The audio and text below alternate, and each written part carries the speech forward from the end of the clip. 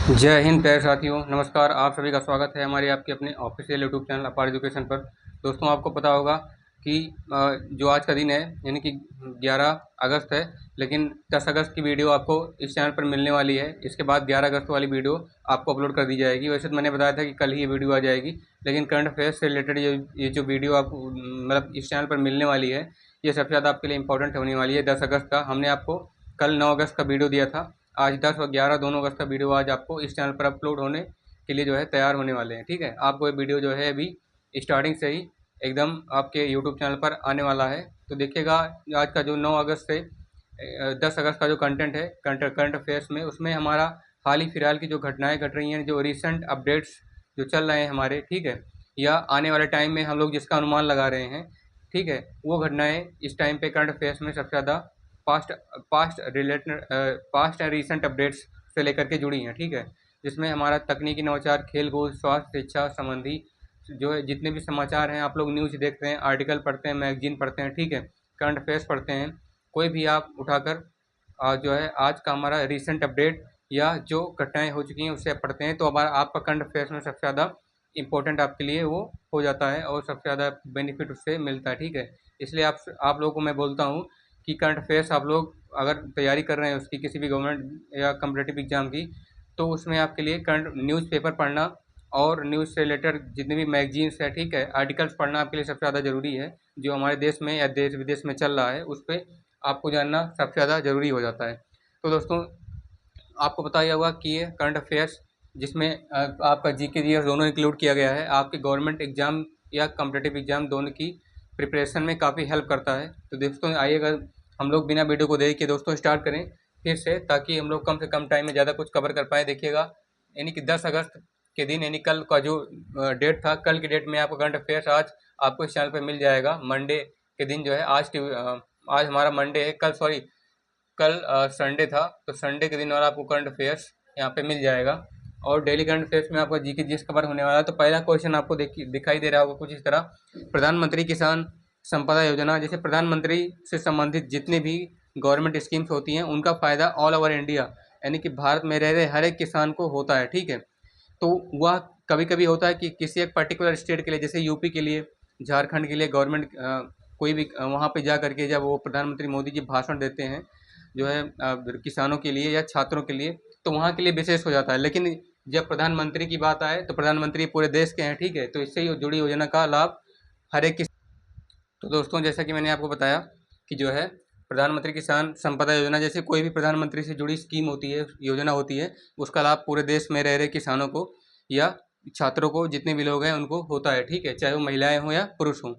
तो लगभग जो है किसान प्रधानमंत्री किसान संपदा योजना पीएम के लिए अभी पूछ रहा है कि केंद्रीय कैबिनेट बजट ने, यानी केंद्रीय कैबिनेट जो एक अपना जो क्या होता है, सेंट्रल कैबिनेट होता है ना, सेंट्रल का मतलब पूरे ऑल ओवर इंडिया पे जो डिसीजन लिया जाए वो अपना क्या होता है, केंद्रीय कैबिनेट लेता है। ठीक है, इस केंद्रीय कैबिनेट ने कुल कितनी राशि के बजट को मंजूरी दी है, यानी अप्रूवल कितनी राशि को, कितना रुपए को जो है इस बार स्वीकृति अप्रूवल मिला है या मंजूरी मिली है इस केंद्रीय बजट से, जो है प्रधानमंत्री संपदा योजना के तहत, जो है किसानों को कितनी राशि जो है टोटल किसानों के लिए क्या हुआ निश्चित किया गया है, उसके लिए क्या हुआ है, बजट पास किया गया है, वो कितनी राशि है। ठीक है, ये पूछ रहा है।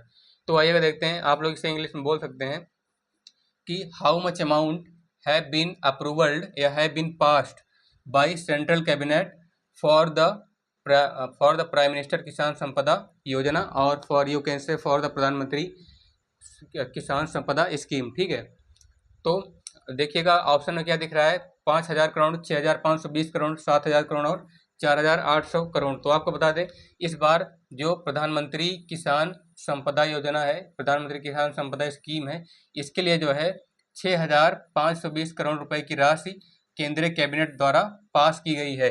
इस 6,520 करोड़ राशि में जो है हर एक किसानों को, भारत के लगभग जितने लोग किसान हैं, ठीक, जितने लोग अच्छी खासी खेती कर रहे हैं, किसान हैं, उन सभी किसानों के लिए इन 6,520 करोड़ में से सबको जितना राशि जरूरी होगी, जितना सबको दिया जाता है प्रधानमंत्री किसान संपदा योजना के तहत, उसको दिया जाएगा। ठीक है, तो आप लोग बोल सकते हैं कि 6,520 crore amount have been approved have been given the approval in the same amount by the central cabinet for prime minister Kisan संपदा स्कीम। ठीक है, आप डायरेक्टली ऐसे भी बोल सकते हैं, एकदम आसान शब्दों में इंग्लिश में, आपको इंग्लिश में भी जानना बहुत जरूरी है। देखिए आप बोल सकते हैं कि अकॉर्डिंग टू प्रधानमंत्री किसान संपदा स्कीम 6520 करोड़, या बोल सकते हैं 6520 crore amount have been passed या have been approved by central cabinet. कुछ नहीं करना है, ठीक है।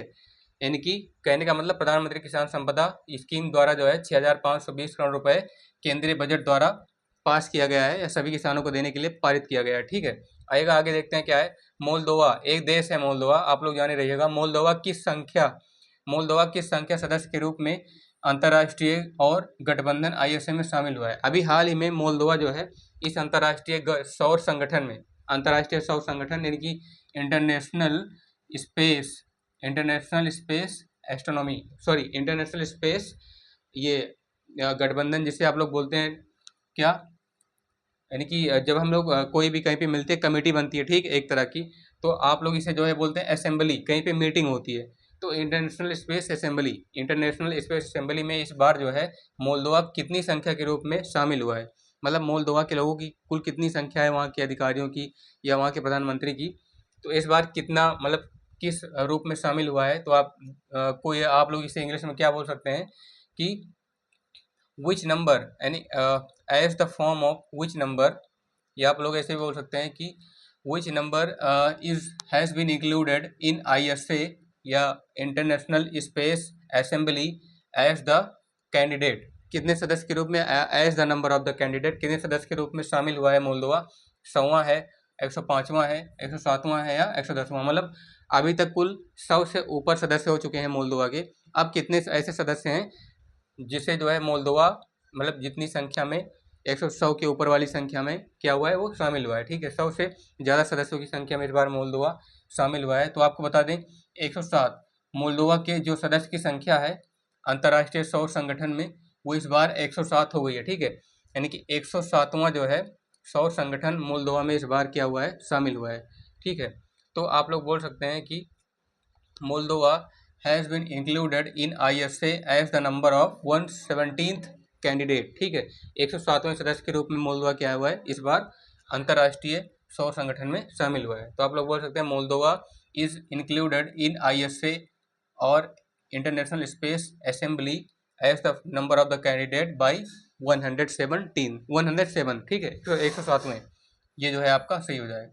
आइए आगे बढ़ते हैं। क्या है, हाल ही में आपको तो ये थोड़ा मिट गया है, इसे बोलते हैं सी लीड्स। हाल ही में सी लीड्स सेकेंड, ये हाल ही में सी लीड्स सेकेंड का जो कार्यक्रम है, प्रोग्राम है, उसका उद्घाटन किस केंद्रीय मंत्री ने किया है ना। ऐसा कौन सा कैबिनेट मिनिस्टर है जिसने भी हाल ही में ये सी लीड्स प्रोग्राम का, यानी एक महिला का, आपको बता दें सी से आपको पता चल जाना चाहिए, एक महिला का जो नेतृत्व है, ठीक है, उससे संबंधित है।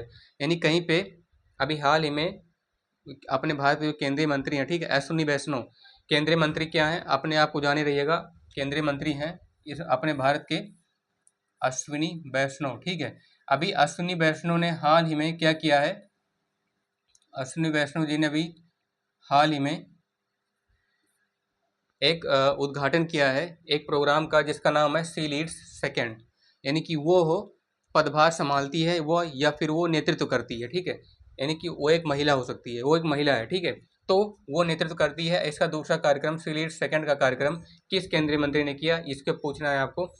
तो किस केंद्रीय मंत्री ने इस बार किया। वैसे तो हमारे केंद्रीय मंत्री हमने आपको बताया अश्विनी वैष्णव रह चुके हैं, लेकिन अभी हाल ही में केंद्रीय मंत्री से संबंधित एक केंद्रीय मंत्री होता है, एक होता है उप केंद्रीय मंत्री, है ना, यानी कि वाइस कैबिनेट मिनिस्टर। ठीक है, तो उस वाइस कैबिनेट मिनिस्टर की नियुक्ति अभी हाल ही में हुई है। तो बताना है कि अभी हाल ही में, पता है कि अश्विनी वैष्णव ये पुरुषों के हैं। ठीक है, ये जितने भी मैन हैं यानी कि आदमियों के, पुरुषों के लिए ये जो है कार्यक्रम चलाते हैं, लेकिन अब ये महिलाओं के लिए कार्यक्रम जो है एक महिला ही देखेगी। ठीक है, चलिए ऐसा नहीं हो सकता, लेकिन पुरुष जो है क्या होता है, जैसे अपने प्रधानमंत्री मोदी सबके लिए कोई योजना लॉन्च करते हैं, ठीक है, महिलाओं के लिए कोई अलग, लेकिन ये जो कार्यक्रम है एक विशेष तौर से महिलाओं के लिए, तो इसलिए महिलाओं के लिए भी एक जो है केंद्रीय मंत्री की जरूरत पड़ेगी, इसलिए जो है उसे वाइस कैबिनेट मिनिस्टर के रूप में रखा गया है, जो कि एक महिला है। आपको बता दें, या आप लोग इसे बोल सकते हैं, यानी हाल ही में भी पूछ रहा है कि सी लीड्स कार्यक्रम का उद्घाटन किस केंद्रीय मंत्री ने किया, यानी कि विच सेंट्रल मिनिस्टर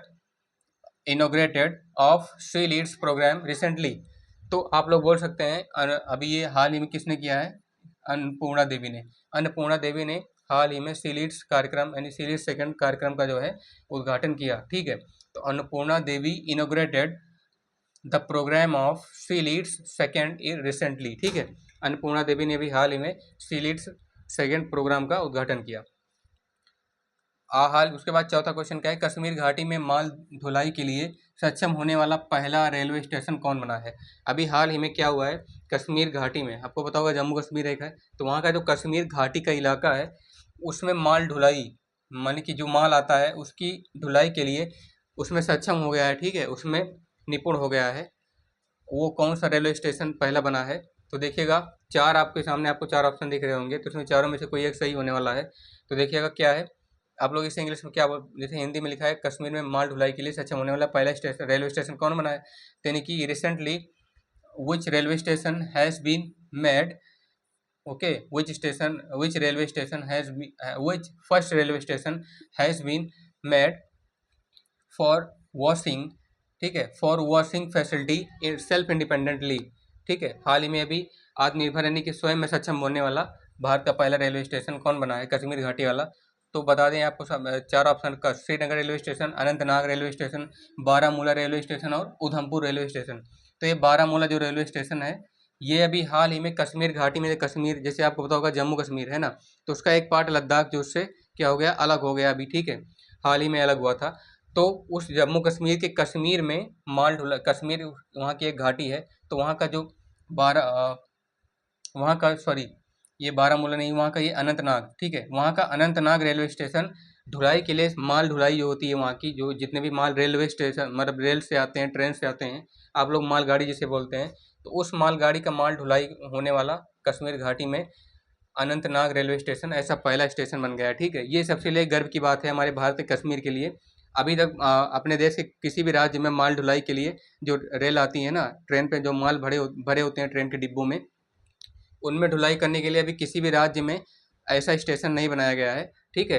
लेकिन ये जो अनंतनाग रेलवे स्टेशन है ये कश्मीर घाटी में माल ढुलाई करने वाला पहला रेलवे स्टेशन बन गया है। तो आप लोग बोल सकते हैं simply Anantnag railway station has been made the first Kashmir घाटियन railway station for washing and with self independently, ठीक है, आत्मनिर्भर रूप से जो है धुलाई करने वाला पहला रेलवे स्टेशन बन गया है। तो आइएगा देखते हैं पांचवा क्या है, हाल ही में किस मंत्रालय ने इनक्रेडिबल इंडिया डिजिटल प्लेटफॉर्म का यानी IIDP लॉन्च किया है। अभी इसका मतलब आपको बता दें, इनक्रेडिबल इंडिया डिजिटल प्लेटफॉर्म ये एक ऐसा ऑनलाइन डिजिटल प्लेटफॉर्म है जहाँ पे जो है कोई भी, जैसे हम लोग डिजिटल चीज़ें ऑनलाइन शॉपिंग करते हैं अमेजोन से, ग्रोसरी से, ठीक है, कोई भी प्रोडक्ट खरीदते हैं या फिर कहीं पे फ्लिपकार्ट वगैरह से कुछ मंगवाते हैं, तो ये जो इनक्रेडिबल इंडिया डिजिटल प्लेटफॉर्म है ये जो है किसी भी चीज़ को गवर्नमेंट से रिलेटेड, ठीक है, कंपनी जैसे प्राइवेट कोई कंपनी है बेच रही है अमेजोन, ठीक है, ये फॉरेन वाली कंपनी है अमेजोन, ठीक है, तो ये जो कंपनी है इसे गवर्नमेंट को परमिट लेनी पड़ेगी। लेकिन आप लोग जो ऑनलाइन डायरेक्टली शॉपिंग करते हैं, ठीक है, तो वहाँ से जो डिस्काउंट आपको मिलता है वो गवर्नमेंट के थ्रू ही आता है, ठीक है, मतलब जो सरकार टैक्स काटती है, तो ये जो विदेशी कंपनियां हैं इन पर टैक्स लगाती है, ठीक है, क्योंकि अभी हाल ही में अमेरिका ने भी भारत पर टैक्स लगाया है, मतलब टैरिफ लगाया है। तो भारत ये पहले से भी करता आ रहा है, क्योंकि अमेरिका ने भी हाल ही में भारत पर तंज कसा है अपना टैरिफ वाला, ठीक है, तो इसलिए भारत भी इस पर चौकन्ना हो गया है। तो अभी हाल ही में किसी मंत्रालय ने incredible India digital platform launch किया है, तो जो है अभी कौन सा मंत्रालय है आपको ये समझना है। तो आप लोग इसे बोल सकते हैं रिसेंटली विथ विच मिनिस्ट्री है इंडियन इनक्रेडिबल या incredible India digital platform launched, किसने अभी हाल ही में नया incredible India digital platform launch किया है। सूचना और प्रसारण मंत्रालय है, विदेश मंत्रालय है, संस्कृति मंत्रालय है और पर्यटन मंत्रालय। यानी कि आपको बता दें ये जो सूचना और प्रसारण मंत्रालय है इनकी ministry of information and spreader ये नहीं होगा, विदेश मंत्रालय यानी मिनिस्ट्री ऑफ फॉरेन अफेयर्स ये नहीं होगा, संस्कृति मंत्रालय मिनिस्ट्री ऑफ कल्चर ये भी नहीं होगा, फिर आता है पर्यटन मंत्रालय मिनिस्ट्री ऑफ टूरिज्म, ठीक है, ये हो जाएगा।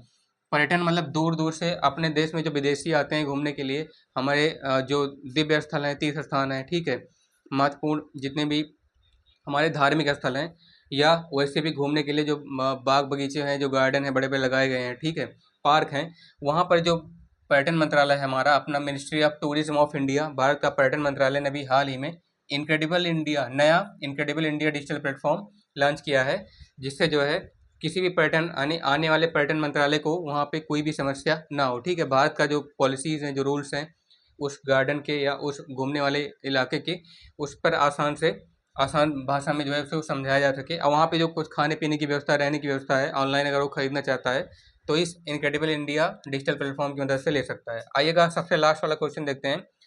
चंद्रगुप्त मौर्य ने जैन धर्म की शिक्षा ली। आपको बता दें दोस्तों, ये जो क्वेश्चन है स्पेशली आप लोगों के लिए जीके जीएस से लिया गया है, और ये जीके जीएस के पार्ट में हिस्ट्री, एंशियंट हिस्ट्री से लिया गया है, ठीक है। ये लगभग जो है अराउंड आप लोग समझ सकते हैं कि 250 बीसी से लेकर के 290 बीसी के बीच की बात है, ठीक है।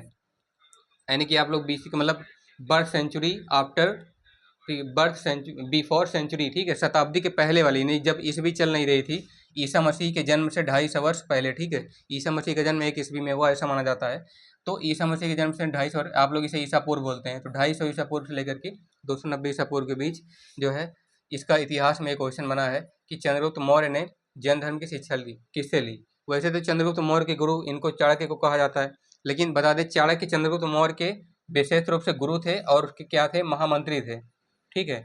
गुरु एवं महामंत्री थे जो है चंद्रगुप्त के, क्या कौन थे, चाणक्य थे, जिन पर चंद्रगुप्त को सबसे ज़्यादा विश्वास था। लेकिन जैन धर्म की जो शिक्षा है वो चाणक्य के पास तो थी, लेकिन सबसे ज़्यादा अच्छी शिक्षा भद्रबाहु से चंद्रगुप्त को मिली है, इसलिए भद्रबाहु वाला ऑप्शन क्या हो जाएगा, सही हो जाएगा। आपको बता दें धनानंद तो उनका शत्रु था, ठीक है, तो उससे शिक्षा ले ही नहीं सकते। समुद्रगुप्त चंद्रगुप्त के बाद आया तो इससे भी नहीं ले सकते। तो आप लोग को दो में समझना है, चाणक्य या फिर भद्रबाहु। तो भद्रबाहु चंद्रगुप्त के बड़े भाई जैसे थे, तो इन्होंने जो है जैन धर्म की शिक्षा ली। बाकी जितनी भी शिक्षाएं हैं, जितने भी ज्ञान है, वो चंद्रगुप्त को चाणक्य से प्राप्त हुए। तो आप लोग इसे इंग्लिश में क्या बोल सकते हैं कि Chandragupta Maurya got the education of Jain religion from Bhadrabahu, which is called the biggest और elder brother of Chandragupta Maurya, जिन्हें चंद्रगुप्त का बड़ा भाई या, ठीक है, कहा जाता है। तो चंद्रगुप्त मौर्य ने भद्रबाहु से क्या किया, जैन धर्म की शिक्षा ली। तो दोस्तों उम्मीद करता हूँ कि आपको हमारे द्वारा इस वीडियो में दी गई जितनी भी इन्फॉर्मेशन है, आपको लाइन बाय लाइन जो है, वर्ड टू वर्ड आपको कंफर्म हो गया होगा, क्लियर हो गया होगा। अगर आप हमारी इस वीडियो को पहले से देख रहे हैं, वैसे भी तो ये 10 अगस्त की वीडियो है, आपको मिल रही है, अभी 11 अगस्त की वीडियो भी आपको इस चैनल पे मिल जाएगी। अगर आप हमारे चैनल पर पहली बार हैं, वीडियो को स्टार्टिंग से देख रहे हैं या फिर पहले से भी देख रहे हैं, तो हमारे चैनल को सब्सक्राइब कर लीजिएगा, वीडियो को लाइक कर लीजिएगा, शेयर करके और कमेंट करके बताइए हमें कि आप हमारे द्वारा इस वीडियो में दी गई आपको इन्फॉर्मेशन कैसी लगी। मिलते हैं आपसे नेक्स्ट वीडियो में, तब तक के लिए बहुत धन्यवाद। पढ़ते रहिए, मस्त रहिए।